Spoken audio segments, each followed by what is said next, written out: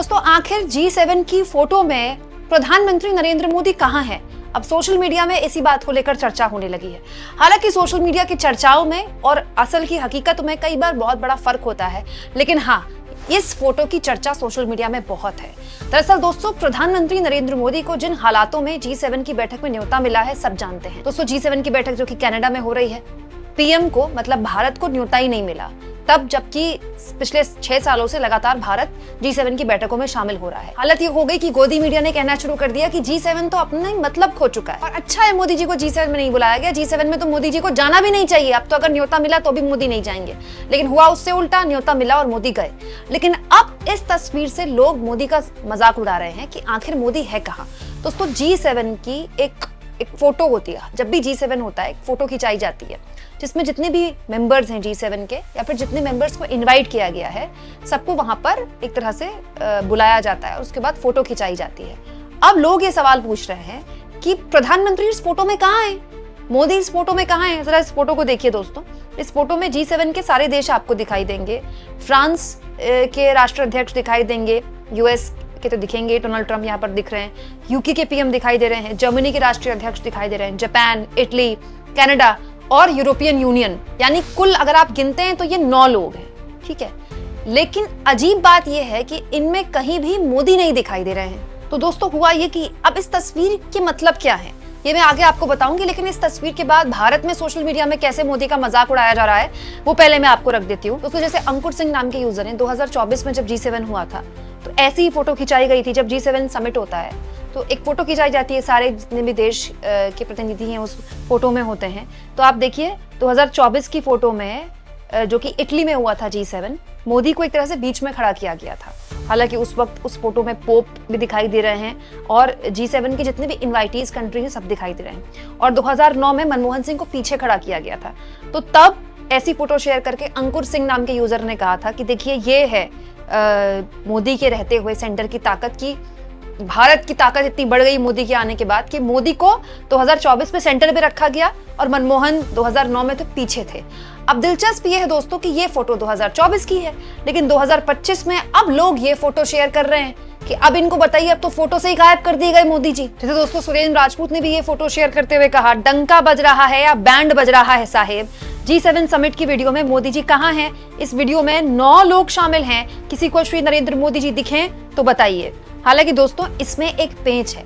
पेंच ये है कि ये जो फोटोज में आपको दिखाई दे रहे हैं, ये G7 के जो परमानेंट मेंबर्स हैं ना, वो आपको दिखाई दे रहे हैं। G7 में भारत परमानेंट मेंबर नहीं है, भारत इनवाइटी है। दोस्तों Bharat, Ukraine, Mexico, south Korea और साउथ अफ्रीका, ये वो देश हैं जिनको इनवाइट किया जाता है, क्योंकि ये वो देश हैं जहां न केवल भविष्य में बहुत संभावनाएं हैं, जबकि वर्तमान में भी ये कंट्रीज बहुत अच्छा कर रही हैं। तो इनको लगातार इनवाइट किया जाता है इस तरह के मंच में हर साल में। अगर आप इस फोटो को गौर से देखें दोस्तों, तो इन देशों के राष्ट्रीय अध्यक्ष भी आपको इस मंच पे नहीं दिखाई देंगे। लेकिन अजीब बात यह है कि ऐसी ही फोटो जब मनमोहन सिंह वाली थी या मोदी जब खुद 2024 में कहते तब इनवाइटीज को यहाँ पर खड़ा किया गया था, लेकिन इस बार इनवाइटीज को क्यों नहीं खड़ा किया गया? हो सकता है दोस्तों अभी फोटोज और ली जाएं। हालांकि अब ट्रंप निकल चुके हैं कनाडा से अमेरिका के लिए, वो G7 की बैठक बीच में छोड़कर चले गए हैं, लेकिन हो सकता है कि आगे भी फोटोज खिंचाई जाएं और उनमें इनवाइटीज भी हों। लेकिन क्योंकि आप तो जानते ही सोशल मीडिया का जमाना है, यहाँ तो बस एक फोटो वायरल होती है और उसके बाद लोग एक दूसरे को ट्रोल करना शुरू कर देते हैं। लेकिन मुझे लगता है कि इससे ज्यादा हमें दूसरी बातों पर ध्यान देना चाहिए।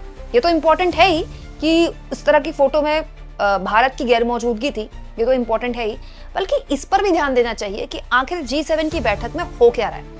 एक बहुत इंपॉर्टेंट बयान G7 की बैठक में ट्रंप ने दिया दोस्तों कि G7 को दरअसल G9 हो जाना चाहिए। ट्रंप कहते हैं कि रशिया को G7 से निकालना बहुत बड़ी गलती थी।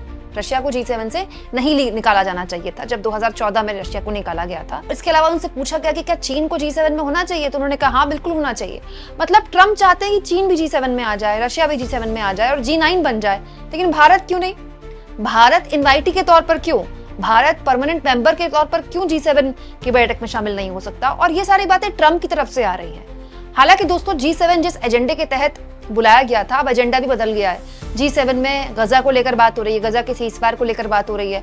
बहुत संभव है कि ईरान और इजराइल के बीच में जो संघर्ष चल रहा है इसको लेकर बात हो। हाँ, लेकिन ये बात सही है कि इस पूरे मुद्दे को लेकर इस फोटो ने बवाल तो काट ही दिया है। सोशल मीडिया का जमाना है, या तो जरा सा मौका मिलना चाहिए किसी का किसी मजाक उड़ाने का। अब देखिए, बीजेपी के आईटी सेल अमित मालवीय ने ये फोटो पोस्ट की।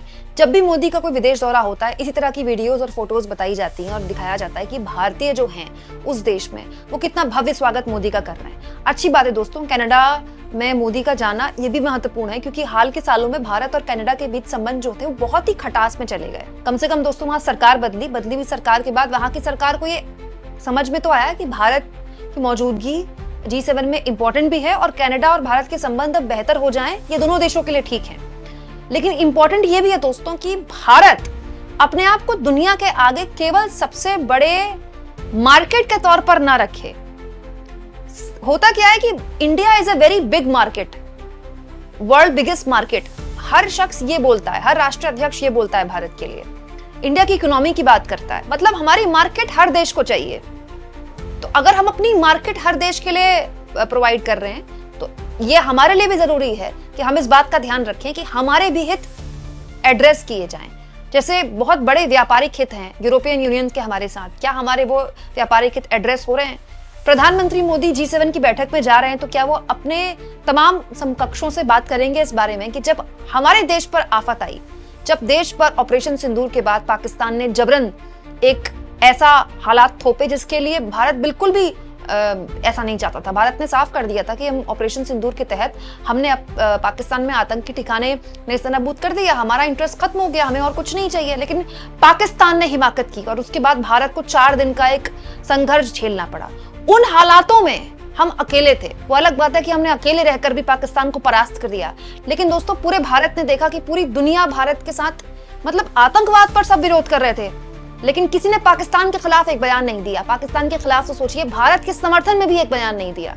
तो इन हालातों में भी भारत के प्रधानमंत्री के लिए जरूरी है कि जब वो विदेश जाएं तो इस बात का ध्यान रखें कि भारत के इंटरेस्ट में जो बातें हैं वो उन राष्ट्राध्यक्षों को पता होनी चाहिए। दोस्तों, दो देशों का एक दूसरे का स्ट्रेटेजिक पार्टनर बनना, एलाय बनना, सिर्फ मार्केट एक दूसरे के एक्सप्लॉइट करना नहीं होता है, एक दूसरे से सामान खरीदना नहीं होता है। वो तो होता ही है, पूरी दुनिया में जो पॉलिटिक्स है वो इकोनॉमी के बेस पर ही चलती है। लेकिन इंपॉर्टेंट ये भी है दोस्तों कि हमारे हित उसमें कितने साधे जा रहे हैं। आप इस मुद्दे पर क्या सोचते हैं दोस्तों, कमेंट बॉक्स में जरूर लिखें और जितना हो सके चैनल को शेयर करें, सब्सक्राइब करें और थैंक्स और ज्वाइन। दोस्तों, ये 2 ऑप्शन हैं जिसके जरिए अगर आप चाहें तो आर्थिक तौर पर भी चैनल के हाथ मजबूत कर सकते हैं।